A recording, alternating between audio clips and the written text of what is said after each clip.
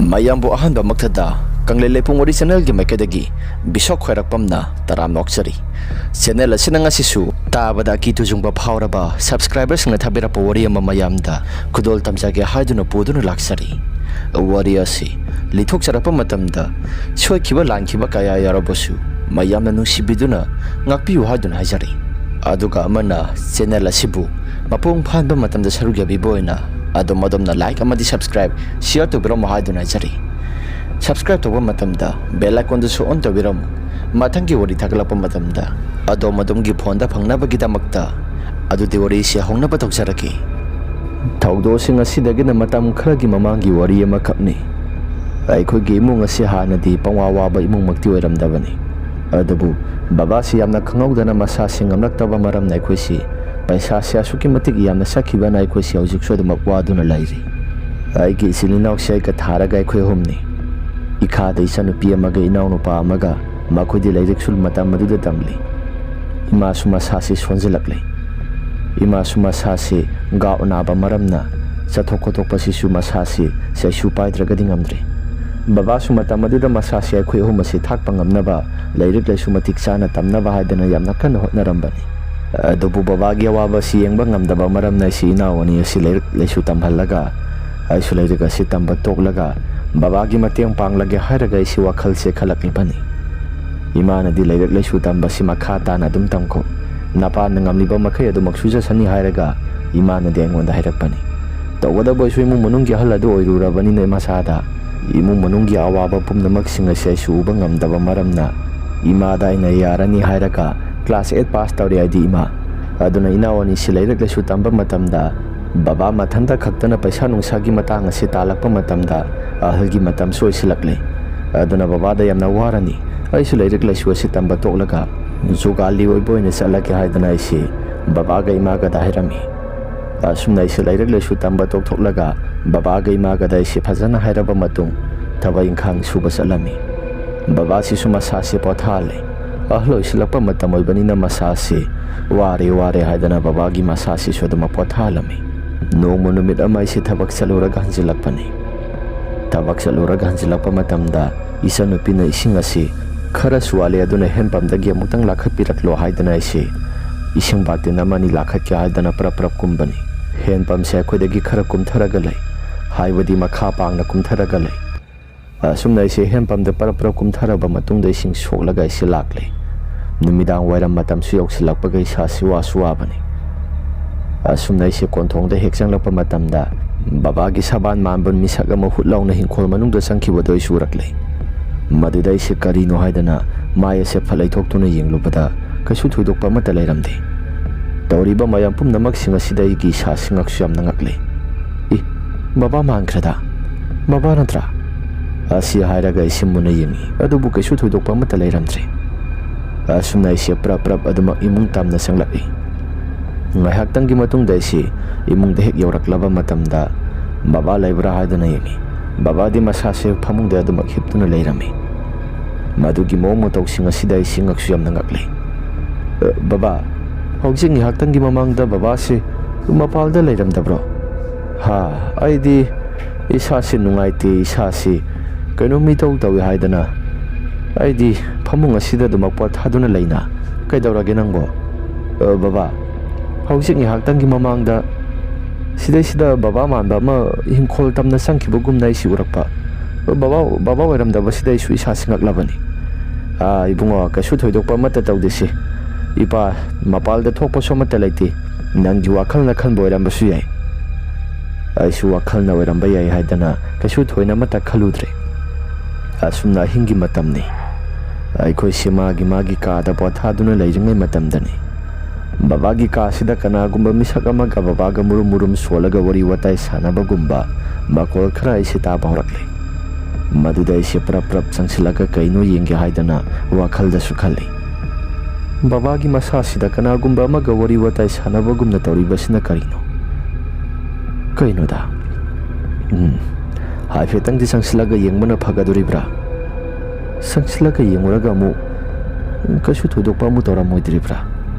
asi hairaga ise adumak prap sangsilli babagi manaka tamna Asumna babagi manakta prap sangsilaga yengluba matamda baba mahaki masasi makulam masaro masilda murum solaga phamlaga kanagumba amaga wari watai sabagumna makol khara suthorakli aisu karino haidana moni yengsiluba matamda baba mahaki mamangda kanagumba ama leiraga wari watai sabagi makolni babagi matau sidi karino magi mamang sida kanagumba ama leiraga wari watai sanabagumna baba babagi manakta prap sangsilli aduga masanom dun hongdokle baba mahaki masasi gyamen amata taba tawda adumak tumin hipthakre aduga hiptharaklaga mamit sat pangthorakle aduga asumna swairaki hai ibunga kaidawre nati ahingi matam asida ai hongdorakli basibu kaidawrage nangbo baba mathanda hojik waida murum solibadubu kaidawgo yauragi baba tumba gamata yadrabo ha aibu murum sole haba hoi baba hojik waida kanagumba amaga wari watai sanabagumna murum sonkibado hai aidi kasu sonkidena yare nangi phamungda gyan tana pothajaruro babagi wafam asida inasu wa makha tana mata hangdre adum tumina isi adumak lakle asumna ngihaktangi matungda isi aigi phamung tamna adumak changsilaga isi adumak tumthakre nonga lakpa matamda ngarangi ahingado kanagumba amana aigi sasi wari watai haudoraktuna sanabugumna makol khara tai haidana isu babaga aiga wari watai khara sanai maduda babana hairakhi ngarangi ahingdumadi aigi sasisu kanagumba amaga wari watai sanabagumna aigi sasi phaurakpani babagi wafam aduda aina swasumna hai baba aisu babagi wakhalda kaigumba ama tawbagum tawi ngarangi numitumadi babagi masasi gyani manglaga choron yapna ngangbagumna tawi kasu thoidokpa khalunu se mangda manglakna boirambasu yai fare se nang thabak sakaduribra aisu babada sakani haidana babada hairami maduda babana su thabak sapadu yenga chalu haina singna thabak chalu haidana babana swairaki aisu babada hoi hairam laba matungda thabak aduda maksatli asumna numitugi numidangi matamni ahing asiloina tumnakre ai ithanda khaktani sasi sat ka hairubaga isasi khara suware haidana tumba si sunga yade wa behmalaba sutum thaba yade haibadu aingonda tawre asumna lairingai matam asida thong asi kanagumba amana kokok launa thilakpani matam aduda gi sasi karino haidana thong tamnai si yengi thong asida kokok launa thilaklibasi kanano haipitang tholaga yengusira ahing asida thong asi handoklo haidana mina ka kaurakliba sala wakhalda khalaga isi prap thokle thong asi hangdok lamdai gi matamda sumang matol thangba sarukta kanagumba miwe ama leplaga laibagumna gi sasi thong asi prap hangdok ki haidana wakhalda su khalaklaga thong asi sat hangdok tuna yengloi adugadi babagi saban mambu nupa ama sumang matol asida yungna hekta lepaga lairami khudai maset ama siale aduga masa pumba se phuriso mataliti aingonda mamit ase khana yenglamlaba matungda mayasi ha launa hekta ka thorakpani tawriba mong matok singadudai gi sasi kibuna yadre aisi tunghalaga khongpham asi sahaudadana isasi tusili sumna hekto simba matamda babagi mitamoina leirambadu su swai launa hekta mangki tawriba mong matok singasidai gi sasi kibuna yadre tanjadudai ima sogolakle khongdemlaklaga imana kaidawrage haiduna aingonda hanglai aigi mong matok singadudai ima sungaklaba jatni madudai siwa amata ngangdana phana kuina leirami maduda imana hai kaidawrage haiwani ne wa mata sungangdi laibaga sida longkhrak longna tusilaga leidibadu kaidawrage nangbo asumna isi adum tumina leirami ngaihaktangi matungda imana isi sanomduna kaurakpani imana isanomduna kaurakpaduda aigi sasi khamprek khangni ima hojikkidubu karino thong samukta thingsimbiyo ima si hairaga imada thong adu thingsilhalli imana se nasado humang anapi kangle kaidawrage nangbo ima babadadi sigi se tahanganako sumang matol asida babagi mitamanba ama aina hojik yengbada leirami nangdi kadawagi thong sangdoriba ima ꯀꯣꯛ ꯀꯣꯛ ꯊꯤꯜꯂꯛꯑꯦ ꯍꯥꯏꯗꯅ ꯑꯩꯁꯤ ꯊꯣꯡ ꯑꯗꯨ ꯍꯥꯡꯗꯣꯛꯎꯕꯅꯤ꯫ ꯑꯁꯨꯝꯅ ꯍꯧꯖꯤꯛ ꯉꯥꯏꯍꯥꯛꯇꯪꯒꯤ ꯃꯃꯥꯡꯗ ꯊꯣꯛꯈꯤꯕ ꯋꯥꯔꯤ ꯃꯌꯥꯝꯁꯤꯡ ꯑꯗꯨ ꯂꯣꯏꯅ ꯇꯝꯂꯦ꯫ ꯃꯗꯨꯗ ꯏꯃꯥꯅꯁꯨ ꯑꯁꯨꯝꯅ ꯍꯥꯏꯔꯛꯈꯤ, "ꯏꯕꯨꯡꯉꯣ, ꯌꯥꯔꯦꯁꯦ. ꯍꯟꯗꯛ ꯃꯔꯛ ꯑꯁꯤ ꯅꯄꯥꯁꯦ ꯃꯁꯥꯁꯨ ꯈꯔ ꯅꯨꯡꯉꯥꯏꯇꯦ ꯍꯥꯏꯕꯅꯤ꯫ ꯃꯗꯨꯗ ꯅꯪꯅ ꯋꯥꯈꯜꯗ ꯁꯦꯔꯥꯟꯅꯅ ꯀꯩꯅꯣ ꯈꯔ ꯈꯜꯂꯒ ꯇꯨꯝꯈꯤꯕꯗꯨꯅ ꯅꯁꯥꯅꯒꯈꯔ ꯋꯥꯕꯅꯤ꯫ ꯃꯗꯨꯗ ꯅꯪꯒꯤ ꯅꯃꯪ ꯅꯍꯥ, ꯅꯪꯒꯤ ꯃꯤꯠꯇ ꯀꯩꯅꯣ ꯈꯔ ꯎꯕ ꯑꯣꯏꯔꯝꯕꯁꯨ ꯌꯥꯏꯗ." ꯑꯁ ꯈꯪꯗ꯭ꯔꯦꯗ ꯏꯃꯥ, ꯑꯩꯗꯤ ꯏꯁꯥꯁꯤ ꯏꯄꯥꯗ ꯄꯥꯈꯠꯂꯦ꯫ ꯌꯥꯔꯦꯁꯦ ꯀꯩꯁꯨ ꯊꯣꯏꯅ ꯄꯥꯈꯠꯂꯨꯅꯨ, ꯇꯨꯝꯃꯨꯔꯣ ꯌꯥꯔꯦꯁꯦ." ꯑꯁꯤ ꯍꯥꯏꯔꯒ ꯑꯩꯁꯦ ꯑꯗꯨꯃꯛ ꯇꯨꯝꯂꯦ꯫ ꯅꯣꯡ ꯉꯥꯜꯂꯕ ꯃꯇꯨꯡꯗ ꯑꯩꯁꯦ ꯕ꯭ꯔꯁ ꯇꯧꯒꯦ ꯍꯥꯏꯗꯨꯅ ꯅꯣꯡ ꯑꯁꯤꯁꯨ ꯀꯕꯛ ꯀꯕꯛ ꯉꯥꯟꯕ ꯍꯧꯔꯛꯂꯕ ꯃꯇꯝꯅꯤ꯫ ꯑꯩꯁꯤ ꯌꯦꯅꯈꯥꯗ ꯄ꯭ꯔꯞ ꯊꯣꯛꯄꯗ ꯌꯦꯅꯈꯥ ꯑꯁꯤꯗ ꯀꯅꯥꯒꯨꯝꯕ ꯑꯃ ꯃꯨꯁꯤꯟ ꯃꯨꯟꯅ ꯍꯦꯛꯇ ꯂꯦꯞꯄꯒ ꯂꯩꯔꯝꯃꯤ꯫ ꯑꯩꯁꯤ ꯏꯁꯥꯁꯤ ꯇꯨꯡ ꯈꯔ ꯍꯜꯂꯒ ꯃꯥꯏ ꯑꯁꯤ ꯂꯩꯁꯤꯜꯂꯨꯔꯒ ꯑꯃꯨꯛ ꯂꯩꯊꯣꯔꯛꯄ ꯃꯇꯝꯗ ꯀꯅꯥꯒꯨꯝꯕ ꯑꯃꯠꯇ ꯑꯃꯨꯛ ꯂꯩꯔꯝꯗꯦ꯫ ꯇꯧꯔꯤꯕ ꯃꯑꯣꯡ ꯃꯇꯧꯁꯤꯡ ꯑꯁꯤꯗ ꯑꯩꯒꯤ ꯏꯁꯥꯁꯤ ꯀꯤꯕꯅ ꯌꯥꯗ꯭ꯔꯦ꯫ ꯏꯁ, ꯍꯟꯗꯛ ꯃꯔꯛ ꯇꯧꯔꯛꯏꯕ ꯃꯌꯥꯝꯁꯤꯡ ꯑꯁꯤ ꯀꯔꯤꯅꯣ? ꯉꯔꯥꯡ ꯅꯍꯥꯟꯗꯒꯤ ꯑꯁꯤꯒꯨꯝꯕ ꯊꯧꯗꯣꯛ ꯃꯌꯥꯝꯁꯤꯡ ꯑꯁꯤ ꯂꯦꯞꯄ ꯂꯩꯇꯅ ꯇꯧꯔꯛꯂꯤꯕꯁꯤ ꯀꯔꯤꯒꯤꯅꯣ? ꯑꯣꯟꯊꯣꯛꯄꯅꯤꯗ ꯍꯥꯏꯗꯅ ꯑꯩꯁꯤ ꯏꯁꯥ ꯏꯔꯨ ꯁꯦꯡꯗꯣꯛꯄ ꯂꯣꯏꯁꯤꯜꯂꯤ꯫ ꯂꯦꯇ꯭ꯔꯤꯟꯗꯒꯤ ꯊꯣꯛꯂꯝꯗꯥꯏꯒꯤ ꯃꯇꯝꯗꯁꯨ ꯂꯦꯇ꯭ꯔꯤꯟ ꯑꯁꯤꯗ ꯀꯅꯥꯒꯨꯝꯕ ꯑꯃꯅ ꯅꯨꯡꯇꯨꯝ ꯃꯌꯥꯝ ꯑꯃ ꯊꯥꯔꯛꯄꯒꯨꯝꯅ ꯑꯩꯁꯤ ꯃꯈꯣꯜ ꯈꯔꯁꯨ ꯊꯣꯛꯂꯛꯄꯅꯤ꯫ ꯍꯟꯗꯛ ꯃꯔꯛ ꯊꯣꯛꯏꯕ ꯃꯌꯥꯝꯁꯤꯡ ꯑꯁꯤ ꯏꯃꯥꯒ ꯕꯕꯥꯒꯗ ꯂꯣꯏꯅ ꯇꯝꯂꯦ꯫ ꯃꯗꯨꯗ ꯕꯕꯥꯒ ꯏꯃꯥꯒꯅꯁꯨ ꯀꯌꯥ ꯊꯣꯏꯅ ꯑꯃꯠꯇ ꯈꯟꯖꯤꯜꯂꯨꯅꯨ. ꯅꯪꯒꯤ ꯋꯥꯈꯜꯗ ꯁꯦꯔꯥꯟꯅꯅ ꯀꯩꯒꯨꯝꯕ ꯈꯔ ꯎꯕꯗꯨꯅ ꯇꯥꯕꯗꯨꯅ ꯇꯧꯔꯤꯕ ꯑꯣꯏꯔꯝꯒꯅꯤ. ꯅꯁꯥꯅꯒ ꯊꯕꯛ ꯆꯠꯂꯨꯕꯒꯤ ꯋꯥꯕꯅꯤ ꯍꯥꯏꯔꯒ ꯕꯕꯥꯒ ꯏꯃꯥꯒꯅꯁꯨ ꯍꯥꯏꯔꯛꯈꯤ꯫ ꯃꯁꯤꯒꯤ ꯃꯇꯨꯡꯗ ꯑꯩꯁꯤ ꯋꯥ ꯃꯈꯥ ꯇꯥꯅ ꯑꯃꯠꯇꯁꯨ ꯉꯥꯡꯕ ꯇꯧꯗ ꯊꯕꯛ ꯑꯁꯤ ꯑꯗꯨꯃꯛ ꯆꯠꯂꯝꯃꯤ꯫ ꯑꯁꯨꯝꯅ ꯅꯨꯃꯤꯠ ꯈꯔꯅꯤ ꯂꯩꯔꯕ ꯃꯇꯨꯡꯗ ꯕꯕꯥꯒꯤ ꯃꯍꯥꯛꯀꯤ ꯃꯁꯥꯁꯤ ꯌꯥꯝꯅ ꯀꯟꯅ ꯅꯨꯡꯉꯥꯏꯇ꯭ꯔꯦ ꯍꯥꯏꯗꯅ ꯍꯣꯁꯄꯤꯇꯥꯜꯗ ꯄꯨꯈꯠꯄꯅꯤ꯫ ꯍꯣꯁꯄꯤꯇꯥꯜꯗ ꯄꯨꯈꯠꯄ ꯃꯇꯝꯗ ꯕꯕꯥ ꯃꯍꯥꯛꯀꯤ ꯃꯁꯥꯁꯤ ꯂꯪꯁ ꯀꯦꯟꯁꯔ ꯂꯥꯁ ꯁ꯭ꯇꯦꯖ ꯑꯣꯏꯗꯨꯅ ꯂꯩꯔꯝꯃꯤ꯫ ꯃꯗꯨ ꯇꯥꯔꯛꯄ ꯃꯇꯝꯗ ꯑꯩꯒꯤ ꯏꯁꯥꯁꯤ ꯑꯗꯨꯛꯀꯤ ꯃꯇꯤꯛ ꯌꯥꯝꯅ ꯀꯞꯈꯤ꯫ ꯇꯧꯕꯇꯕꯨ ꯏꯃꯥꯗꯤ ꯃꯍꯥꯛꯀꯤ ꯃꯁꯥꯁꯤ ꯕꯕꯥꯁꯤ ꯂꯥꯁ ꯀꯦꯟꯁꯔ ꯑꯣꯏꯔꯦ, ꯂꯪꯁ ꯀꯦꯟꯁꯔꯗ ꯂꯥꯁ ꯁ꯭ꯇꯦꯖ ꯑꯣꯏꯔꯦ ꯍꯥꯏꯕꯁꯤ ꯏꯃꯥ ꯃꯁꯥꯗꯤ ꯈꯪꯍꯟꯗꯦ꯫ ꯇꯧꯕꯇꯕꯨ ꯀꯣꯟꯅ ꯇꯞꯅ ꯕꯕꯥꯒꯤ ꯃꯁꯥꯁꯤꯁꯨ ꯂꯥꯁ ꯁ꯭ꯇꯦꯖ ꯑꯣꯏꯔꯦ ꯍꯥꯏꯕꯁꯤ ꯏꯃꯥꯁꯨ ꯈꯪꯂꯛꯈꯤ꯫ ꯏꯃꯥꯁꯨ ꯁꯦꯕꯥ ꯇꯧꯅ ꯇꯧꯅ ꯃꯃꯤꯠꯇꯒꯤ ꯃꯄꯤ ꯂꯣꯟꯅ ꯇꯥꯔꯒ ꯀꯞꯄꯤ꯫ ꯕꯕꯥꯁꯤ ꯃꯁꯥꯁꯤ ꯑꯁꯨꯝ ꯁꯣꯟꯖꯜꯂꯛꯂꯤ꯫ ꯕꯕꯥꯒꯤ ꯃꯁꯥꯁꯤ ꯀꯥ ꯍꯦꯟꯅ ꯊꯣꯏꯗꯣꯛꯅꯁꯨ ꯑꯋꯥꯕꯁꯨ ꯈꯜꯍꯟꯗ꯭ꯔꯕꯅꯤ꯫ ꯇꯧꯕꯇꯕꯨ ꯃꯍꯥꯛꯀꯤ ꯃꯁꯥꯁꯤ ꯐꯒꯠꯂꯛꯄ ꯉꯝꯗꯕꯁꯤꯗ ꯀꯔꯤ ꯑꯣꯏꯅ ꯉꯝꯗꯕꯅꯣ ꯍꯥꯏꯔꯒ ꯃꯁꯥꯅꯗꯤ ꯌꯥꯝꯅ ꯀꯟꯅ ꯍꯦꯛꯇ ꯍꯪꯖꯈꯤ꯫ ꯑꯗꯨꯕꯨ ꯕꯕꯥꯒꯤ ꯃꯁꯥꯁꯤ ꯑꯗꯨꯝꯅ ꯍꯪꯂꯕꯁꯨ ꯑꯩꯈꯣꯏꯁꯨ ꯑꯃꯠꯇ ꯍꯥꯏꯗꯣꯛꯈꯤꯗꯦ꯫ ꯑꯁꯨꯝꯅ ꯅꯣꯡꯃ ꯅꯨꯃꯤꯠ ꯑꯃꯅꯤ ꯏꯅꯥꯎꯅꯨꯄꯥꯁꯤ ꯃꯃꯥꯟꯅꯕ ꯑꯃꯒ ꯆꯥꯛ ꯆꯥꯅꯕ ꯆꯠꯂꯨꯒꯦ ꯍꯥꯏꯗꯅ ꯆꯥꯛ ꯆꯥꯅꯕ ꯆꯠꯈꯤꯕꯅꯤ꯫ ꯏꯅꯥꯎꯅꯨꯄꯥꯁꯤ ꯐꯣꯟꯁꯨ ꯄꯥꯏꯈꯤ꯫ ꯇꯧꯕꯇꯕꯨ ꯐꯣꯟ ꯄꯥꯏꯈꯤꯕꯗꯨ ꯐꯣꯟ ꯇꯧꯕ ꯃꯇꯝꯗ ꯍꯜꯂꯛꯇꯣꯔꯦꯗꯤ ꯍꯥꯏ, ꯑꯗꯨꯕꯨ ꯍꯟꯕꯗꯤ ꯁꯨꯡꯍꯟ ꯍꯜꯂꯛꯇꯦ꯫ ꯅꯨꯃꯤꯠ ꯇꯥꯁꯤꯜꯂꯛꯂꯕ ꯃꯇꯝꯗ ꯏꯅꯥꯎꯅꯨꯄꯥꯁꯤ ꯍꯜꯂꯛꯄꯅꯤ꯫ ꯃꯍꯥꯛꯀꯤ ꯃꯁꯥꯁꯤ ꯌꯥꯝꯅ ꯀꯟꯅ ꯗꯗꯥ ꯍꯥꯏꯔꯒ ꯌꯥꯝꯅ ꯀꯟꯅ ꯆꯦꯜꯂꯛꯄꯅꯤ꯫ ꯑꯩꯁꯨ ꯊꯕꯛ ꯍꯜꯂꯛꯄꯒꯤ ꯏꯁꯥꯁꯤ ꯇꯨꯡ ꯂꯩꯊꯣꯛꯇꯨꯅ ꯑꯩꯁꯤ ꯆꯪꯁꯤꯜꯂꯤꯉꯩ ꯃꯇꯝꯗ ꯏꯅꯥꯎꯅꯨꯄꯥꯁꯤ ꯌꯥꯝꯅ ꯀꯟꯅ ꯂꯥꯎꯗꯨꯅ ꯆꯦꯟꯁꯤꯜꯂꯛꯄꯅꯤ꯫ ꯑꯩꯁꯤ ꯀꯩꯗꯧꯔꯒꯦ ꯍꯥꯏꯗꯨꯅ ꯑꯩꯁꯤ ꯃꯍꯥꯛꯇ ꯍꯪꯉꯤ꯫ ꯃꯗꯨꯗ ꯏꯅꯥꯎꯅꯨꯄꯥꯁꯤꯅ ꯁꯣꯔ ꯃꯄꯤ ꯑꯃ ꯍꯣꯜꯂꯒ ꯑꯁꯨꯝꯅꯁꯨ ꯍꯥꯏꯔꯛꯈꯤ, "ꯗꯗꯥ, ꯀꯣꯟꯊꯣꯡ ꯑꯁꯤꯗ ꯕꯕꯥꯒꯤ ꯁꯛꯂꯣꯟ ꯃꯥꯟꯕ ꯅꯨꯄꯥ ꯑꯃ ꯂꯩꯔꯝꯃꯤ." ꯃꯗꯨꯗ ꯑꯩꯅ ꯕꯕꯥ ꯆꯪꯁꯤꯜꯂꯥꯎ ꯍꯥꯏꯗꯅ ꯃꯍꯥꯛꯀꯤ ꯃꯃꯥꯡꯗ ꯈꯔ ꯀꯥꯈꯠꯂꯒ ꯑꯩꯁꯤ ꯇꯨꯡ ꯊꯪꯕ ꯁꯔꯨꯛ ꯑꯗꯣꯝꯗ ꯏꯟꯅꯔꯛꯄ꯭ꯔꯥ ꯍꯥꯏꯗꯨꯅ ꯌꯦꯡꯂꯨꯕꯅꯤ꯫ ꯑꯗꯨꯕꯨ ꯃꯤꯁꯛ ꯑꯗꯨꯗꯤ ꯃꯁꯛ ꯃꯅꯥꯗꯣ ꯀꯩꯅꯣꯝ ꯏꯇꯧ ꯇꯧꯔꯒ ꯕꯕꯥꯒꯤ ꯁꯛꯇꯝꯗ ꯌꯥꯝꯅ ꯀꯤꯔꯕ ꯁꯛꯇꯝ ꯑꯃ ꯑꯣꯟꯊꯣꯔꯛꯏ꯫ ꯃꯗꯨꯒꯤ ꯃꯇꯧꯗꯨꯗ ꯑꯩꯒꯤ ꯏꯁꯥꯁꯤ ꯀꯤꯕ ꯍꯦꯟꯃꯟꯗꯅ ꯄ꯭ꯔꯞ ꯆꯪꯂꯛꯑꯕꯅꯤ꯫ ꯍꯧꯖꯤꯛ ꯂꯩꯊꯣꯛꯇꯨꯅ ꯌꯦꯡꯂꯨꯕ ꯃꯇꯝꯗꯅ ꯀꯔꯤꯒꯨꯝꯕ ꯑꯃꯠꯇ ꯂꯩꯔꯝꯗꯦ꯫ ꯑꯁꯤ ꯍꯥꯏꯔꯒ ꯏꯅꯥꯎꯅꯨꯄꯥꯗꯣ ꯃꯁꯥꯁꯤ ꯏꯊꯛ ꯊꯛꯀꯠꯂꯤ꯫ ꯇꯧꯔꯛꯂꯤꯕ ꯍꯣꯡꯂꯛꯏꯕ ꯃꯑꯣꯡ ꯃꯇꯧ ꯃꯌꯥꯝꯁꯤꯡ ꯑꯁꯤꯗ ꯑꯩꯒꯤ ꯏꯁꯥꯁꯤ ꯏꯃꯨꯡ ꯑꯁꯤ ꯀꯔꯤꯒꯨꯝꯕ ꯑꯃꯗꯤ ꯇꯧꯔꯦꯗ. ꯇꯥꯕ꯭ꯔꯥ ꯅꯅꯥꯎ? ꯅꯁꯥꯗ ꯀꯩꯁꯨ ꯊꯣꯏꯅ ꯀꯤꯕ ꯑꯃꯠꯇ ꯂꯩꯔꯨꯅꯨ. ꯍꯟꯗꯛ ꯃꯔꯛ ꯑꯁꯤ ꯌꯨꯝ ꯑꯁꯤꯒꯤ ꯑꯀꯣꯏꯕꯁꯤ ꯇꯤꯃꯨ ꯂꯩꯃꯨ ꯃꯌꯥꯝ ꯑꯃꯅ ꯀꯣꯏꯆꯦꯟ ꯆꯦꯟꯕ ꯃꯥꯜꯂꯤ. ꯂꯥꯏꯒꯤ ꯇꯤꯟꯒꯤ ꯃꯔꯝꯗ ꯌꯦꯡꯒꯗꯕꯗꯨꯁꯨ ꯏꯃꯥꯁꯨ ꯃꯁꯥꯁꯤ ꯉꯝꯗꯗꯅ ꯂꯩꯔꯤ. ꯑꯗꯨꯒ ꯕꯕꯥꯒꯤ ꯃꯁꯥꯁꯤꯁꯨ ꯑꯅꯥꯕꯁꯤ ꯅꯣꯡꯃ ꯅꯣꯡꯃꯒꯤ ꯈꯔ ꯀꯟꯁꯤꯜꯂꯛꯂꯤ. ꯑꯩꯁꯨ ꯊꯕꯛ ꯏꯪꯈꯥꯡ ꯑꯁꯤ ꯆꯠꯅꯕ ꯍꯣꯠꯅꯕꯗ ꯏꯁꯥꯁꯤ 와ꯁꯨ ꯋꯥꯔꯤ. ꯕꯕꯥꯒꯤ ꯃꯁꯥꯁꯤ ꯗꯣꯛꯇꯔꯅꯁꯨ ꯎꯄꯥꯏ ꯑꯃꯠꯇ ꯂꯩꯔꯔꯣꯏ ꯍꯥꯏꯗꯅ ꯌꯨꯝꯗ ꯄꯨꯊꯔꯛꯂꯕꯅꯤ. ꯐꯔꯦꯁꯤ, ꯅꯁꯥꯗꯨ ꯆꯥꯝꯊꯣꯛꯎꯔꯣ. ꯑꯗꯨꯒ ꯀꯩꯅꯣ ꯈꯔ ꯆꯥꯕ ꯊꯛꯄ ꯇꯧꯅꯕ ꯑꯍꯜ ꯑꯅꯤꯁꯤꯒꯤ ꯁꯤꯟꯕ ꯂꯥꯡꯕ ꯇꯧꯔꯁꯤ. ꯑꯁꯤ ꯍꯥꯏꯗꯅ ꯏꯅꯥꯎꯅꯨꯄꯥꯁꯤ ꯑꯩꯒ ꯄꯨꯂꯞ ꯄꯨꯟꯅ ꯆꯪꯃꯤꯟꯅꯔꯛꯄꯅꯤ. ꯅꯨꯃꯤꯠ ꯅꯤꯅꯤ ꯍꯨꯝꯅꯤ ꯂꯩꯔꯕ ꯃꯇꯨꯡꯗ ꯅꯣꯡꯃ ꯅꯨꯃꯤꯠ ꯑꯃꯅꯤ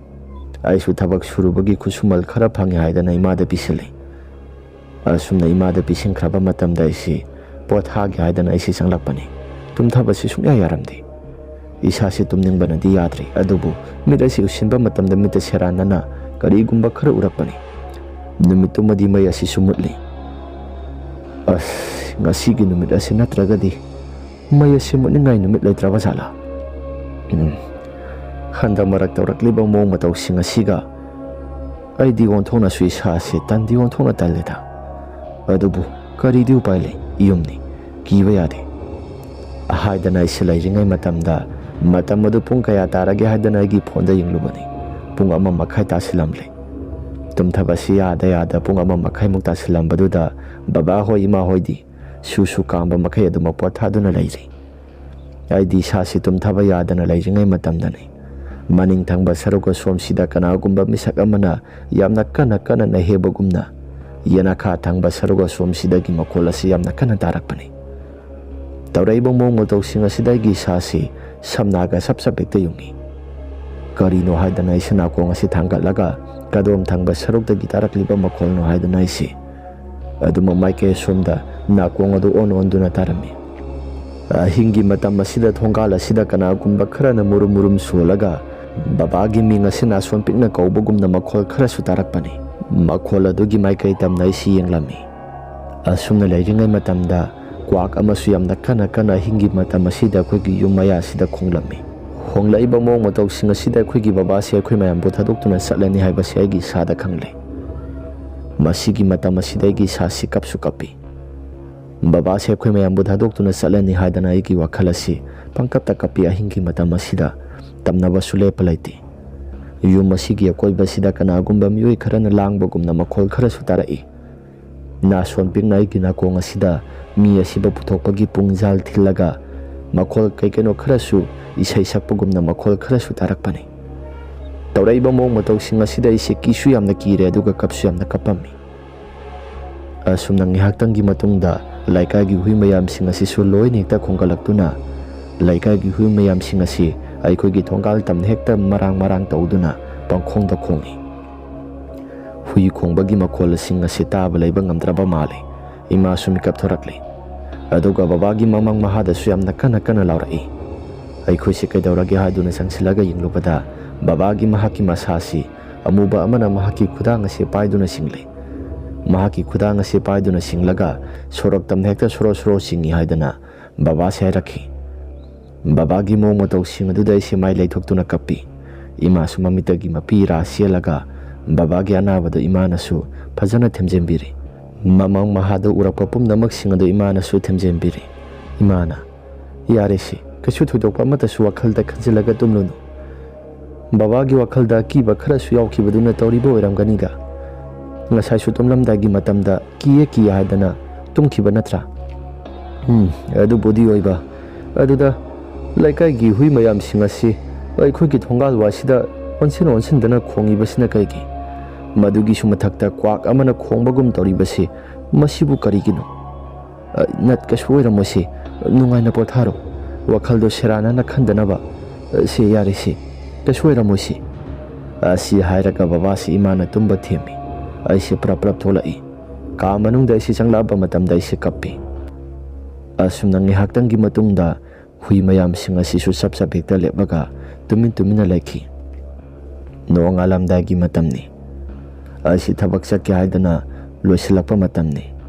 aigi tung asida kanagumba ama laibagumna sahum khara su phanglakpani. Kana laiki haidana ise mai phalai thoktuna yingluba matamda babagi sakta malaba nupa amasu sapting hekta lepaga aingonda muna yingduna leirami. Tawriba mong matawsing aduda aigi sase khamprek khanglaga aisi yamna kana lauki. Maduda imana hai kaidawragene aisi wasu amata ngangdi. Ima kaisu tawdi aisu mingsel asida isai thanda yengba matamda khangjabani. Hai imung manungda khangba khopa amata phateko nang thabak chaturabra. Hoi ima ai sakena loisile. Asi hairaga ima ga iga siwari watai sanai. Babana mahaki masasing asidi khara nungaiti. Thabak adu sapatoke ga toklo haidana babana hairakhi. Maduda aina su babada baba kasu thoina kuirak loida ai phasaluraga halaki nungthilgi thabak tu madi aisu leptho agi aduga ayuki matam ase thabaga se pung 12 phawbatang sudoga isi halagi ꯑꯁꯤ ꯍꯥꯏꯔꯒ ꯑꯩꯁꯤ ꯕꯕꯥꯗ ꯋꯥ ꯀꯩꯀꯩꯅꯣ ꯈꯔꯁꯨ ꯍꯥꯏꯔꯝꯂꯕ ꯃꯇꯨꯡꯗ ꯑꯩꯁꯤ ꯂꯥꯛꯄꯅꯤ꯫ ꯕꯕꯥꯅꯁꯨ ꯆꯠꯊꯣꯛꯎꯔꯣ ꯊꯕꯛ ꯏꯪꯈꯥꯡ ꯑꯗꯨ ꯃꯨꯟꯅ ꯌꯦꯡꯉꯒ ꯁꯨ ꯍꯥꯏꯗꯅ ꯕꯕꯥꯅꯁꯨ ꯍꯥꯏꯔꯛꯂꯦ꯫ ꯅꯨꯃꯤꯠꯇꯨꯃꯗꯤ ꯇꯁꯦꯡꯅ ꯑꯩꯒꯤ ꯏꯁꯥꯁꯤ ꯌꯨꯝꯗꯒꯤꯁꯨ ꯑꯃꯠꯇ ꯆꯠꯅꯤꯡꯗꯦ꯫ ꯌꯨꯝ ꯑꯁꯤꯗꯒꯤ ꯑꯩꯁꯤ ꯃꯄꯥꯜ ꯊꯣꯛꯅꯤꯡꯗꯕ ꯍꯥꯏꯕꯗꯨ ꯑꯣꯏꯔꯝꯃꯤ꯫ ꯑꯗꯨꯕꯨ ꯊꯕꯛ ꯑꯁꯤ ꯌꯥꯝꯅ ꯂꯨꯁꯤꯜꯂꯛꯂꯕ ꯃꯇꯝꯅꯤ꯫ ꯄꯤꯂꯔ ꯍꯩꯕ ꯃꯇꯝ ꯑꯣꯏꯕꯒ ꯑꯩꯁꯤ ꯀꯥꯏꯊꯣꯛꯄꯁꯨ ꯌꯥꯗꯕ ꯊꯕꯛ ꯑꯗꯨ꯫ ꯑꯗꯨꯅ ꯑꯌꯨꯛꯀꯤ ꯊꯕꯛ ꯑꯁꯤ ꯁꯨꯔꯝꯂꯒ ꯅꯨꯡꯊꯤꯜꯒꯤ ꯃꯇꯝꯗꯨꯃꯗꯤ ꯑꯩꯁꯤ ꯇꯣꯛꯂꯒꯦ ꯍꯥꯏꯔꯒ ꯊꯕꯛ ꯃꯐꯝ ꯇꯥꯅ ꯑꯩꯁꯤ ꯂꯥꯛꯄꯅꯤ꯫ ꯅꯨꯃꯤꯠꯇꯨꯃꯗꯤ ꯑꯩꯒꯤ ꯏꯁꯥꯁꯤ ꯌꯥꯝꯅ ꯁꯨꯋꯥꯏ꯫ ꯑꯗꯨꯒ ꯑꯩꯒꯤ ꯅꯥꯀꯣꯡ ꯑꯁꯤꯗ ꯀꯅꯥꯒꯨꯝꯕ ꯑꯃꯅ ꯊꯕꯛ ꯆꯠꯈꯤꯅꯨ ꯍꯥꯏꯕꯒꯤ ꯃꯇꯥꯒꯨꯝꯅ ꯑꯩꯒꯤ ꯅꯥꯀꯣꯡ ꯑꯁꯤꯗ ꯈꯔ ꯇꯥꯏ꯫ ꯑꯩꯁꯤ ꯃꯥꯏ ꯂꯩꯊꯣꯛꯇꯨꯅ ꯌꯦꯡꯕꯅꯤ, ꯑꯗꯨꯕꯨ ꯀꯅꯥꯒꯨꯝꯕ ꯑꯃꯠꯇ ꯎꯕ ꯐꯪꯗꯦ꯫ ꯊꯕꯛ ꯃꯐꯝꯗ ꯌꯧꯔꯕ ꯃꯇꯝꯗ ꯍꯤꯗꯥꯛ ꯇꯣꯠꯂꯕꯁꯨ ꯑꯩꯒꯤ ꯏꯁꯥꯁꯤ ꯃꯉꯝ ꯑꯃ ꯏꯄꯥꯡ ꯄꯥꯡꯗꯦ, ꯅꯍꯥꯟꯈꯩꯒ ꯏꯃꯥꯟ ꯃꯥꯟꯅꯗꯦ꯫ ꯈꯣꯡ ꯈꯨꯠꯇꯁꯨ ꯌꯨꯄꯤ ꯃꯌꯥꯝ ꯑꯃꯅ ꯊꯤꯟꯕ ꯈꯣꯠꯄ ꯇꯧꯕ, ꯑꯗꯨꯒ ꯑꯃꯨꯛꯀꯁꯨ ꯏꯁꯥꯁꯤ ꯄꯪꯋꯥꯗ ꯋꯥꯔꯒ ꯄꯨꯡꯆꯣꯛꯇ ꯆꯣꯛꯊꯩ꯫ ꯀꯩꯅꯣꯗ, ꯅꯍꯥꯟ ꯃꯈꯩꯒ ꯃꯥꯟꯅꯗꯦꯗ ꯑꯩꯒꯤ ꯏꯁꯥꯁꯤ꯫ ꯉꯁꯤꯗꯤ ꯑꯁꯨꯛ ꯌꯥꯝꯅ ꯋꯥꯔꯤꯕꯁꯤ ꯀꯔꯤꯒꯤꯅꯣ? ꯊꯕꯛ ꯑꯁꯤ ꯍꯥꯞ ꯁꯨꯔꯒ ꯑꯩꯁꯨ ꯇꯣꯛꯂꯒꯦ꯫ ꯑꯁꯤ ꯍꯥꯏꯔꯒ ꯑꯩꯒꯤ ꯊꯕꯛ ꯃꯐꯝ, ꯑꯩꯅ ꯊꯕꯛ ꯁꯨꯔꯤꯕ ꯖꯒꯥꯗꯨ, ꯃꯗꯨꯗ ꯏꯌꯥꯝꯕ ꯍꯦꯗ ꯃꯤꯁꯇ꯭ꯔꯤ ꯑꯣꯏꯔꯤꯕꯗꯨ ꯄ꯭ꯔꯞ ꯆꯪꯂꯛꯏ꯫ ꯑꯗꯨꯒ ꯑꯁꯨꯝꯅꯁꯨ ꯍꯥꯏꯔꯛꯏ, ꯃꯉꯥꯜꯂꯩꯕ, ꯅꯪꯒꯤ ꯅꯁꯥꯁꯤ ꯅꯍꯥꯟ ꯃꯈꯩꯒ ꯏꯃꯥꯟ ꯃꯥꯟꯅꯗ꯭ꯔꯤꯁꯤ ꯀꯔꯤꯒꯤꯅꯣ? ꯅꯠꯇꯦ, ꯊꯕꯛ ꯁꯨꯕꯗ ꯃꯉꯝ ꯑꯃ ꯏꯄꯥꯡ ꯄꯥꯡꯗꯦ, ꯀꯩꯗꯧꯔꯒꯦ ꯅꯪꯕꯣ? ꯅꯁꯥꯗꯨ ꯅꯨꯡꯉꯥꯏꯇ꯭ꯔꯕꯣ? ꯏꯌꯥꯝꯕ, ꯈꯪꯗꯦ, ꯏꯁꯥꯁꯤ ꯉꯁꯤꯗꯤ ꯏꯁꯥꯁꯤ ꯁꯣꯟꯖꯤꯜꯂꯤ, ꯅꯍꯥꯟ ꯃꯈꯩꯒ ꯏꯃꯥꯟ ꯃꯥꯟꯅꯗꯦ꯫ ꯌꯨꯝ ꯑꯁꯤ ꯑꯩ ꯉꯁꯤꯒꯤ ꯅꯨꯃꯤꯠ ꯑꯁꯤ ꯌꯥꯝꯅ ꯊꯥꯗꯣꯛꯂꯒ ꯆꯠꯅꯤꯡꯗꯕꯅꯤ꯫ ꯆꯠꯅꯤꯡꯗ ꯑꯩꯁꯨ ꯄꯤꯂꯔ ꯍꯩꯒꯗꯕ ꯂꯩ ꯍꯥꯏꯗꯅ ꯑꯩꯁꯤ ꯂꯥꯛꯄꯅꯤ꯫ ꯕꯕꯥꯅꯁꯨ ꯑꯩꯁꯤ ꯆꯠꯈꯤꯅꯨ ꯍꯥꯏꯗꯅ ꯍꯥꯏꯔꯛꯄꯅꯤ꯫ ꯏꯌꯥꯝꯕ, ꯑꯩ ꯉꯁꯤꯒꯤ ꯅꯨꯃꯤꯠꯁꯤꯃꯗꯤ ꯊꯕꯛ ꯑꯁꯤ ꯍꯥꯞ ꯁꯨꯔꯒ ꯇꯣꯛꯆꯔꯒꯦ꯫ ꯃꯗꯨꯗ ꯏꯌꯥꯝꯕꯗꯨꯅꯁꯨ ꯌꯥꯔꯦ꯫ ꯃꯗꯨꯗ ꯏꯌꯥꯝꯕꯗꯨꯅ ꯋꯥ ꯃꯈꯥ ꯇꯥꯅ, ꯅꯈꯣꯏ ꯕꯕꯥꯗꯤ ꯀꯃꯥꯏ ꯇꯧꯔꯒꯦ? ꯕꯕꯥꯗꯣ ꯂꯥꯁ ꯁ꯭ꯇꯦꯖꯅꯤ ꯏꯌꯥꯝꯕ꯫ ꯐꯥꯔꯁ ꯁ꯭ꯇꯦꯖ ꯑꯣꯏꯔꯗꯤ ꯈꯔꯁꯨ ꯈꯟꯅꯕ ꯌꯥꯕ, ꯂꯥꯁ ꯁ꯭ꯇꯦꯖꯅꯤ, ꯎꯄꯥꯏ ꯂꯩꯇꯦ꯫ ꯈꯪꯗ꯭ꯔꯤ ꯏꯌꯥꯝꯕ, ꯂꯥꯏꯔꯕ ꯏꯃꯨꯡꯗ ꯄꯣꯛꯂꯨꯕꯁꯤ ꯂꯥꯏꯔꯕꯗ ꯂꯥꯏ ꯆꯪꯉꯤ ꯍꯥꯏꯕꯗꯨꯅꯤ꯫ ꯌꯥꯔꯦꯁꯤ, ꯉꯜꯂꯤꯉꯩ ꯃꯇꯝꯗ ꯈꯪꯗꯣꯛꯑꯝꯃꯗꯤ ꯀꯩꯁꯨ ꯊꯣꯏꯗꯣꯛꯄꯁꯨ ꯇꯧꯔꯝꯂꯣꯏꯗꯕꯅꯤ꯫ ꯑꯗꯨꯅꯤ ꯏꯌꯥꯝꯕ, ꯉꯜꯂꯤꯉꯩ ꯃꯇꯝꯗ ꯈꯪꯗꯣꯛꯑꯝꯃꯗꯤ ꯋꯥꯈꯜ ꯑꯁꯤ ꯈꯔꯁꯨ ꯐꯒꯗꯕ꯫ ꯂꯥꯁ ꯁ꯭ꯇꯦꯖꯁꯤꯗ ꯍꯦꯛꯇ ꯈꯪꯗꯣꯛꯄ ꯍꯥꯏꯕꯗꯨ ꯑꯣꯏꯔꯕꯅꯤꯅ ꯏꯁꯥꯁꯤ ꯋꯥꯁꯨ ꯌꯥꯝꯅ ꯋꯥꯔꯦ꯫ ꯑꯗꯨ ꯏꯌꯥꯝꯕ, ꯑꯩ ꯍꯣꯔꯦꯟꯗꯣ ꯈꯔ ꯉꯟꯅ ꯍꯟꯈꯤꯒꯦ꯫ ꯑꯁꯨꯝꯅ ꯏꯌꯥꯝꯕꯗꯨꯅꯁꯨ ꯌꯥꯔꯦ꯫ ꯉꯥꯏꯍꯥꯛꯇꯪꯒꯤ ꯃꯇꯨꯡꯗ ꯑꯩꯁꯤ ꯊꯕꯛ ꯃꯐꯝꯗ ꯑꯩꯁꯤ ꯆꯥꯛ ꯆꯥꯕ ꯇꯣꯛꯂꯕ ꯃꯇꯨꯡꯗ ꯑꯩꯁꯤ ꯄ꯭ꯔꯞ ꯂꯥꯛꯄꯅꯤ꯫ ꯂꯝꯕꯤꯗ ꯆꯠꯄ ꯃꯇꯝꯗ ꯑꯩꯁꯤ ꯌꯨꯝꯗ ꯈꯔ ꯊꯨꯅꯁꯨ ꯌꯧꯅꯤꯡꯉꯤ꯫ ꯑꯗꯨꯒ ꯑꯩꯒꯤ ꯅꯥꯀꯣꯡ ꯑꯁꯤꯗ ꯀꯅꯥꯒꯨꯝꯕ ꯃꯤꯁꯛ ꯑꯃꯅ ꯈꯔ ꯊꯨꯅ ꯂꯥꯛꯑꯣ ꯍꯥꯏꯗꯅ ꯑꯩꯒꯤ ꯅꯥꯀꯣꯡ ꯑꯁꯤꯗꯁꯨ ꯇꯥꯔꯛꯄꯅꯤ꯫ ꯑꯁꯨꯝꯅ ꯂꯝꯕꯤ ꯑꯁꯤ ꯑꯩꯁꯨ ꯆꯦꯟꯕꯣꯏ ꯆꯠꯄꯣꯏ ꯇꯧꯔꯒ ꯂꯥꯛꯏꯉꯩ ꯃꯇꯝ ꯑꯁꯤꯗ ꯏꯅꯥꯎꯅꯨꯄꯥꯗꯨ ꯐꯣꯟ ꯇꯧꯔꯛꯂꯦ꯫ ꯏꯅꯥꯎꯅꯨꯄꯥꯗꯨ ꯐꯣꯟ ꯇꯧꯔꯛꯂꯒ ꯀꯞꯅ ꯕꯕꯥꯗꯨ ꯃꯁꯥꯗꯨ ꯀꯧꯕ ꯑꯃꯠꯇ ꯇꯥꯈꯤꯗ꯭ꯔꯦ꯫ ꯗꯗꯥ, ꯅꯪ ꯈꯔ ꯊꯨꯅ ꯂꯥꯛꯑꯣ ꯍꯥꯏꯗꯅ ꯑꯩꯁꯤ ꯀꯧꯔꯛꯄꯅꯤ꯫ ꯑꯁꯨꯝꯅ ꯑꯩꯁꯤ ꯆꯦꯟꯅ ꯑꯩꯁꯤ ꯀꯞꯅꯁꯨ ꯑꯗꯨꯃꯛ ꯆꯠꯂꯤ꯫ ꯑꯁꯨꯝꯅ ꯑꯩꯁꯤ ꯌꯨꯝꯗ ꯍꯦꯛ ꯌꯧꯔꯛꯄ ꯃꯇꯝꯗ ꯌꯨꯝ ꯑꯁꯤ ꯃꯤꯀꯞ ꯃꯤꯔꯥꯎꯈꯣꯜꯅ ꯍꯦꯛꯇ ꯄꯨꯟꯊꯟ ꯊꯜꯂꯝꯃꯤ꯫ ꯑꯩꯁꯦ ꯄ꯭ꯔꯞ ꯆꯪꯁꯤꯟꯕ ꯃꯇꯝꯗ ꯏꯃꯥꯅ ꯅꯆꯥꯅꯨꯄꯥ ꯂꯥꯛꯂꯦ, ꯅꯪ ꯍꯧꯒꯠꯂꯣ ꯍꯥꯏꯗꯅ ꯕꯕꯥꯒꯤ ꯃꯁꯥꯁꯤ ꯀꯣꯜꯂꯒ ꯀꯞꯄꯝꯃꯤ꯫ ꯃꯇꯝ ꯑꯗꯨꯗ ꯑꯩꯁꯤ ꯕꯕꯥꯒꯤ ꯃꯅꯥꯛꯇ ꯆꯪꯁꯤꯜꯂꯒ ꯑꯩꯁꯤ ꯀꯣꯜꯂꯒꯁꯨ ꯀꯞꯄꯤ꯫ ꯑꯁꯨꯝꯅ ꯂꯩꯀꯥꯏꯒꯤ ꯃꯤꯑꯣꯏꯁꯤꯡꯅ ꯉꯥꯏꯍꯥꯛꯇꯪꯒꯤ ꯃꯇꯨꯡꯗ ꯕꯕꯥꯒꯤ ꯑꯁꯤꯕ ꯍꯛꯆꯥꯡ ꯑꯁꯤ ꯂꯩꯀꯥꯏꯒꯤ ꯃꯪꯐꯝ ꯇꯥꯅ ꯄꯨꯊꯣꯛꯅꯕꯒꯤꯗꯃꯛꯇ ꯃꯩ ꯊꯥꯅꯕ ꯍꯥꯏꯗꯅ ꯂꯩꯀꯥꯏꯒꯤ ꯃꯤꯑꯣꯏꯁꯤꯡ ꯑꯁꯤꯁꯨ ꯁꯤꯟꯕ ꯂꯥꯡꯕ ꯇꯧꯔꯛꯂꯦ꯫ ꯑꯁꯨꯝ ꯇꯧꯗꯅ ꯕꯕꯥꯒꯤ ꯍꯛꯆꯥꯡ ꯑꯁꯤ ꯄꯨꯊꯣꯛꯇꯨꯅ ꯃꯩ ꯊꯥꯈ꯭ꯔꯦ꯫ ꯕꯕꯥꯒꯤ ꯁꯣꯔꯥꯠ ꯃꯅꯨꯡ ꯑꯁꯤꯗꯁꯨ ꯏꯃꯥꯁꯤ ꯉꯥꯎꯆꯠꯅꯔꯒ ꯃꯊꯟꯇ ꯆꯣꯔꯣꯜ ꯑꯁꯤ ꯄꯨꯡꯉꯥꯡꯗ ꯉꯥꯡꯉꯤ꯫ ꯕꯕꯥ ꯂꯩꯈꯤꯗꯕꯁꯤꯗ ꯏꯃꯥꯒꯤ ꯃꯁꯥꯁꯤꯁꯨ ꯁꯣꯟꯖꯤꯜꯂꯛꯂꯒ ꯆꯣꯔꯣꯜ ꯃꯌꯥꯝ ꯑꯃ ꯉꯥꯡꯉꯤ꯫ ꯑꯍꯤꯡꯒꯤ ꯃꯇꯝꯗ ꯏꯃꯥꯁꯤ ꯅꯄꯥ ꯂꯥꯛꯂꯦ, ꯊꯣꯡ ꯑꯁꯤ ꯍꯥꯡꯉꯣ ꯍꯥꯏꯗꯅ ꯏꯃꯥꯁꯤ ꯌꯥꯝꯅ ꯀꯟꯅ ꯍꯥꯏꯔꯛꯈꯤ꯫ ꯑꯩꯈꯣꯏ ꯃꯌꯥꯝ ꯆꯪꯗꯅ ꯁꯦꯟꯅꯕꯗ ꯏꯃꯥꯁꯤ ꯌꯥꯝꯅ ꯋꯥꯔꯦ꯫ ꯑꯁꯨꯝ ꯇꯧꯗꯅ ꯕꯕꯥꯒꯤ ꯁꯣꯔꯥꯠ ꯑꯁꯤ ꯂꯣꯏꯔꯕ ꯃꯇꯨꯡꯗ ꯑꯩꯈꯣꯏꯒꯤ ꯏꯃꯨꯡ ꯑꯁꯤ ꯀꯩꯁꯨ ꯇꯝꯅꯕꯗꯤ ꯑꯣꯏꯈꯤꯗ꯭ꯔꯦ꯫ ꯑꯗꯨꯕꯨ ꯅꯣꯡꯃꯒꯤ ꯑꯩꯈꯣꯏꯒꯤ ꯏꯃꯨꯡ ꯑꯁꯤ ꯏꯃꯥꯒꯤ ꯃꯁꯥꯁꯤ ꯈꯔ ꯁꯣꯛꯆꯤꯜꯂꯛꯈꯤ꯫ ꯃꯃꯤꯠꯇꯁꯨ ꯕꯕꯥ ꯂꯥꯛꯑꯦ ꯍꯥꯏꯗꯅ ꯑꯗꯨꯃꯛ ꯁꯣꯜꯂꯤ꯫ ꯅꯨꯃꯤꯗꯥꯡ ꯋꯥꯏꯔꯝꯒꯤ ꯃꯇꯝꯗ ꯃꯄꯥꯜꯗ ꯃꯊꯟꯗꯒ ꯐꯝꯃꯒ ꯂꯩꯕꯁꯤ ꯕꯕꯥꯁꯤ ꯀꯣꯟꯊꯣꯡꯗ ꯑꯩ ꯀꯧꯔꯒ ꯂꯩꯔꯦ, ꯅꯄꯥꯅ ꯑꯩ ꯀꯧꯔꯒ ꯂꯩꯔꯦ, ꯑꯩ ꯀꯧꯔ ꯂꯩꯔꯦ ꯍꯥꯏꯗꯅ ꯏꯃꯥꯒꯤ ꯃꯁꯥꯁꯤ ꯌꯥꯝꯅ ꯀꯟꯅꯁꯨ ꯁꯣꯜꯂꯤ꯫ ꯏꯃꯥꯒꯤ ꯃꯑꯣꯡ ꯃꯇꯧꯁꯤꯡ ꯑꯁꯤꯗ ꯑꯩꯁꯨ ꯊꯕꯛ ꯏꯪꯈꯥꯡ ꯑꯁꯤ ꯄꯥꯛꯅ ꯆꯠꯇ꯭ꯔꯦ꯫ ꯑꯁꯨꯝꯅ ꯏꯃꯥꯒꯤ ꯃꯁꯥꯁꯤ ꯀꯣꯛꯀꯤ ꯗꯣꯛꯇꯔ ꯑꯃꯗ ꯌꯦꯡꯂꯕ ꯃꯇꯨꯡꯗ ꯇꯨꯝꯅꯕ ꯍꯤꯗꯥꯛ ꯒꯨꯂꯤ ꯈꯔ ꯆꯥꯔꯒ ꯇꯨꯝꯍꯟꯁꯤ ꯍꯥꯏꯗꯅ ꯏꯃꯥꯁꯤ ꯍꯤꯗꯥꯛ ꯒꯨꯂꯤ ꯈꯔꯁꯨ ꯆꯥꯍꯜꯂꯒ ꯇꯨꯝꯍꯜꯂꯝꯃꯤ꯫ ꯑꯗꯨꯕꯨ ꯅꯣꯡꯃ ꯅꯨꯃꯤꯠ ꯑꯃꯗꯤ ꯑꯩꯈꯣꯏꯒꯤ ꯀꯣꯟꯊꯣꯡ ꯑꯁꯤꯗ ꯕꯕꯥꯒꯤ ꯈꯣꯟꯖꯦꯜ ꯃꯥꯟꯕ ꯑꯃꯅ ꯏꯃꯥꯒꯤ ꯃꯤꯡ ꯑꯁꯤ ꯌꯥꯝꯅ ꯀꯟꯅ ꯀꯟꯅ ꯀꯧꯕ ꯑꯃ ꯑꯩꯅ ꯇꯥꯔꯛꯈꯤ꯫ ꯃꯇꯝ ꯑꯗꯨꯗ ꯑꯩꯒꯤ ꯏꯁꯥꯁꯤ ꯇꯨꯁꯤ ꯌꯥꯝꯅ ꯆꯨꯡꯈꯤ꯫ ꯑꯁꯨꯝꯅ ꯃꯇꯝ ꯈꯔꯗꯤ ꯏꯅꯥꯎꯅꯨꯄꯥꯁꯨ ꯏꯆꯟꯅꯨꯄꯤꯁꯨ ꯀꯅꯥꯒꯨꯝꯕ ꯃꯤꯑꯣꯏ ꯑꯃꯅ ꯏꯃꯥꯒꯤ ꯃꯤꯡ ꯑꯁꯤ ꯀꯧꯔꯒ ꯊꯣꯡꯒꯥꯜ ꯊꯪꯕ ꯃꯥꯏꯀꯩ ꯁꯣꯝꯗꯗꯨꯃꯛ ꯃꯈꯣꯜ ꯑꯁꯤ ꯀꯧꯔꯒ ꯆꯠꯄꯒꯤ ꯈꯣꯟꯖꯦꯜ ꯑꯁꯤ ꯇꯥꯏ ꯍꯥꯏꯗꯅ ꯏꯅꯥꯎꯅꯨꯄꯥꯒꯤ ꯏꯆꯟꯅꯨꯄꯤꯒꯅꯁꯨ ꯍꯥꯏꯔꯛꯈꯤ꯫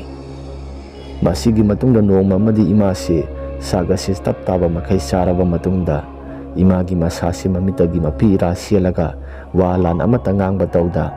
ꯏꯃꯥꯒꯤ ꯃꯐꯝꯗ ꯇꯨꯝꯕ ꯆꯪꯈꯤ꯫ ꯃꯗꯨꯗ ꯑꯩꯈꯣꯏꯁꯨ ꯏꯃꯥꯅ ꯀꯞꯂꯤꯕꯁꯤ ꯀꯔꯤꯒꯤꯅꯣ ꯑꯃꯨꯛꯇꯪ ꯍꯪꯉꯨ ꯍꯥꯏꯗꯅ ꯏꯆꯟꯅꯨꯄꯤꯗ ꯍꯪꯍꯜꯂꯤ꯫ ꯑꯗꯨꯕꯨ ꯀꯩꯁꯨ ꯊꯣꯏꯗꯣꯛꯄ ꯇꯧꯗꯦ, ꯃꯁꯥꯁꯤ ꯈꯤꯇꯪꯗꯤ ꯅꯨꯡꯉꯥꯏꯇꯕꯒꯤ ꯋꯥꯅꯤ, ꯀꯩꯁꯨ ꯇꯧꯗꯦ ꯍꯥꯏꯗꯅ ꯏꯃꯥꯁꯤ ꯍꯥꯏꯔꯛꯈꯤ꯫ ꯑꯁꯨꯝꯅ ꯑꯍꯤꯡꯒꯤ ꯃꯇꯝ ꯑꯗꯨꯗ ꯏꯃꯥꯁꯤ ꯌꯥꯝꯅ ꯀꯟꯅ ꯂꯥꯎꯔꯛꯈꯤ꯫ ꯑꯩꯈꯣꯏꯅ ꯀꯩꯗꯧꯔꯒꯦ ꯍꯥꯏꯗꯅ ꯄ꯭ꯔꯞ ꯆꯪꯁꯤꯜꯂꯒ ꯌꯦꯡꯂꯨꯕ ꯃꯇꯝꯗ ꯏꯃꯥꯒꯤ ꯃꯁꯥꯁꯤ ꯕꯕꯥꯅ ꯁꯣꯛꯂꯛꯄꯒꯨꯝ ꯇꯧꯏ꯫ ꯃꯍꯥꯛꯀꯤ ꯄꯥꯝꯕꯣꯝ ꯑꯁꯤꯗ ꯕꯕꯥꯅ ꯁꯣꯛꯂꯛꯏ ꯍꯥꯏꯗꯅ ꯏꯃꯥꯁꯤ ꯌꯥꯝꯅ ꯀꯟꯅ ꯀꯞꯄꯤ꯫ ꯑꯍꯤꯡꯒꯤ ꯃꯇꯝ ꯑꯗꯨꯗ ꯑꯩꯈꯣꯏꯁꯤ ꯇꯨꯝꯁꯨ ꯇꯨꯝꯗꯦ, ꯏꯃꯥꯒꯤ ꯃꯁꯥꯁꯤ ꯊꯦꯝꯂꯒ ꯑꯩꯈꯣꯏꯁꯤ ꯊꯝꯂꯦ꯫ ꯑꯁꯨꯝꯅ ꯅꯣꯡꯃ ꯅꯨꯃꯤꯠ ꯑꯃ ꯏꯃꯥꯒꯤ ꯃꯁꯥꯁꯤ ꯑꯍꯤꯡꯗ ꯌꯥꯝꯅ ꯀꯟꯅ ꯅꯥꯍꯦꯔꯛꯂꯒ ꯇꯨꯃꯤꯟꯅ ꯂꯩꯈꯤ꯫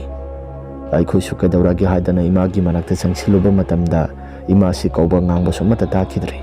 ꯌꯨꯝꯊꯪꯅꯕꯗꯨꯗ ꯑꯩꯈꯣꯏꯁꯤ ꯏꯃꯥꯁꯤ ꯀꯩꯒꯨꯝꯕ ꯑꯃ ꯇꯧꯈ꯭ꯔꯦ ꯍꯥꯏꯗꯅ ꯑꯩꯈꯣꯏ ꯃꯌꯥꯝ ꯑꯁꯤꯁꯨ ꯆꯠꯂꯒ ꯍꯪꯂꯝꯃꯤ꯫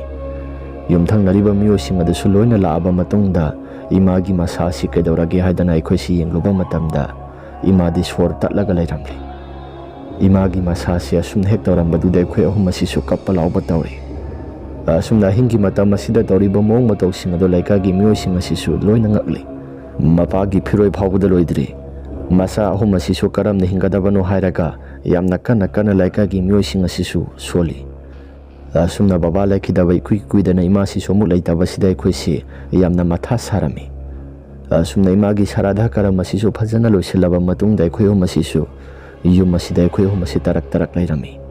ꯌꯨꯝꯊꯪꯅꯕꯗ ꯂꯩꯔꯤꯕ ꯀꯀꯥꯒ ꯏꯟꯗꯣꯝꯆꯥꯒꯁꯨ ꯈꯔ ꯃꯔꯛꯇ ꯂꯥꯛꯏ꯫ ꯑꯗꯨꯕꯨ ꯃꯈꯣꯏꯒꯤꯁꯨ ꯐꯨꯡꯒꯥ ꯃꯊꯟꯇ ꯄꯨꯖꯕꯅꯤꯅ ꯃꯈꯣꯏꯁꯨ ꯑꯩꯈꯣꯏꯁꯤ ꯁꯦꯟꯅꯕ ꯀꯩꯁꯨ ꯉꯝꯕ ꯅꯠꯇꯦ꯫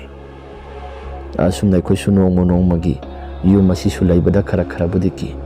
ꯑꯗꯨꯕꯨ ꯀꯩꯁꯨ ꯊꯣꯏꯗꯣꯛꯄ ꯑꯃꯠꯇ ꯀꯤꯔꯣꯏ ꯍꯥꯏꯗꯅ ꯑꯩꯈꯣꯏꯁꯨ ꯑꯗꯨꯝ ꯉꯝꯅꯕ ꯂꯩꯔꯕꯅꯤ꯫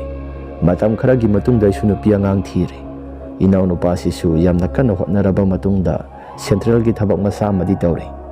ꯏꯆꯟꯅꯨꯄꯤꯁꯨ ꯃꯍꯩ ꯃꯁꯤꯡ ꯃꯇꯤꯛ ꯆꯥꯅ ꯇꯝꯂꯕ ꯃꯇꯨꯡꯗ ꯑꯋꯨꯟ ꯆꯥꯎꯅ ꯇꯝꯂꯕ ꯃꯇꯨꯡꯗ ꯑꯩꯈꯣꯏꯁꯨ ꯃꯇꯤꯛ ꯆꯥꯅ ꯐꯖꯅ ꯂꯨꯍꯣꯡꯈꯤ꯫ ꯕꯕꯥ ꯅꯥꯕꯗ ꯆꯪꯈꯤꯕ ꯄꯩꯁꯥꯁꯤꯡ ꯑꯃꯗꯤ ꯏꯃꯥ ꯃꯀꯣꯛ ꯂꯥꯏꯌꯦꯡꯕꯗ ꯆꯪꯈꯤꯕ ꯄꯩꯁꯥ ꯃꯌꯥꯝꯁꯤꯡ ꯑꯗꯨꯅ ꯑꯩꯈꯣꯏꯁꯤ ꯃꯅꯤꯡ ꯈꯔꯁꯨ ꯍꯜꯂꯝꯕꯅꯤ꯫ ꯑꯗꯨꯕꯨ ꯑꯩꯁꯨ ꯅꯨꯄꯥ ꯑꯃꯅꯤ ꯍꯥꯏꯗꯅ ꯌꯥꯝꯅ ꯀꯟꯅ ꯄꯥꯡꯒꯜ ꯑꯁꯤ ꯐꯨꯗꯣꯛꯇꯨꯅ ꯊꯕꯛ ꯁꯨꯔꯒ ꯏꯅꯥꯎꯅꯨꯄꯥꯁꯤ ꯊꯕꯛ ꯑꯃ ꯇꯧꯍꯜꯂꯕ ꯃꯇꯨꯡꯗ ꯍꯧꯖꯤꯛꯇꯤ ꯑꯩꯈꯣꯏꯁꯤ ꯏꯅꯥꯎꯅꯨꯄꯥꯒꯤ ꯃꯄꯥꯜꯗꯒꯤ ꯈꯔ ꯀꯣꯝꯊꯣꯛꯂꯦ꯫ ꯑꯁꯨꯝꯅ ꯃꯇꯝꯒꯤ ꯃꯇꯨꯡ ꯏꯟꯅ ꯏꯅꯥꯎꯅꯨꯄꯥꯁꯤꯁꯨ ꯅꯨꯄꯤ ꯑꯉꯥꯡ ꯊꯤꯔꯛꯂꯕ ꯃꯇꯝꯗ ꯑꯩꯈꯣꯏꯒ ꯃꯈꯣꯏꯒꯁꯤ ꯅꯨꯡꯁꯤ ꯆꯥꯟꯅꯅ ꯍꯧꯖꯤꯛꯃꯛꯁꯨ ꯑꯗꯨꯃꯛ ꯂꯩꯔꯤ꯫ ꯑꯩꯈꯣꯏꯅ ꯋꯥꯅ ꯍꯣꯠꯅꯔꯛꯈꯤꯕ ꯃꯌꯥꯝ ꯄꯨꯝꯅꯃꯛꯁꯤꯡ ꯑꯗꯨ ꯏꯅꯥꯎꯅꯨꯄꯥꯁꯤꯁꯨ ꯃꯌꯥꯝꯕꯒꯤꯅꯤ ꯍꯥꯏꯗꯅ ꯊꯥꯒꯤ ꯇꯣꯂꯣꯞ ꯈꯔ ꯄꯤꯗꯨꯅ ꯑꯩꯈꯣꯏꯁꯤ ꯅꯨꯡꯁꯤ ꯆꯥꯟꯅꯅ ꯑꯗꯨꯃꯛ ꯂꯩꯔꯤ꯫ ꯋꯥꯔꯤ ꯑꯁꯤ ꯃꯇꯥꯡ ꯑꯁꯤꯗ ꯂꯣꯏꯁꯤꯟꯖꯔꯦ꯫ ꯋꯥꯔꯤ ꯑꯁꯤ ꯅꯨꯡꯉꯥꯏꯕꯤꯔꯕꯗꯤ ꯂꯥꯏꯛ ꯑꯃꯗꯤ ꯁꯕꯁꯀ꯭ꯔꯥꯏꯕ ꯁꯤꯌꯔ ꯇꯧꯕꯤꯔꯝꯃꯨ ꯍꯥꯏꯗꯨꯅ ꯍꯥꯏꯖꯔꯤ꯫ ꯑꯗꯨꯒ ꯑꯃꯅ ꯑꯗꯣꯝꯒꯤ ꯏꯁꯥꯗ ꯊꯣꯛꯄ ꯑꯁꯦꯡꯕ ꯋꯥꯔꯤꯁꯤꯡ ꯂꯩꯕꯤꯔꯒꯗꯤ ꯑꯩꯈꯣꯏꯅ ꯄꯤꯊꯣꯛꯆꯔꯤꯕ WhatsApp ꯅꯝꯕꯔ ꯑꯁꯤꯗ ꯊꯥꯕꯤꯔꯛꯅꯕ ꯅꯤꯡꯁꯤꯡꯖꯔꯤ꯫ ꯐꯔꯦ ꯃꯌꯥꯝ, ꯑꯗꯨꯗꯤ ꯉꯁꯤꯒꯤꯗꯤ ꯃꯇꯥꯡ ꯑꯁꯤꯗ ꯂꯣꯏꯁꯤꯟꯖꯔꯒꯦ꯫ ꯃꯊꯪꯒꯤ ꯋꯥꯔꯤꯗ ꯑꯃꯨꯛ ꯍꯟꯅ ꯊꯦꯡꯅꯔꯁꯤ꯫ ꯏꯃꯥ ꯂꯩꯕꯥꯛꯅ ꯌꯥꯏꯐꯔꯦ꯫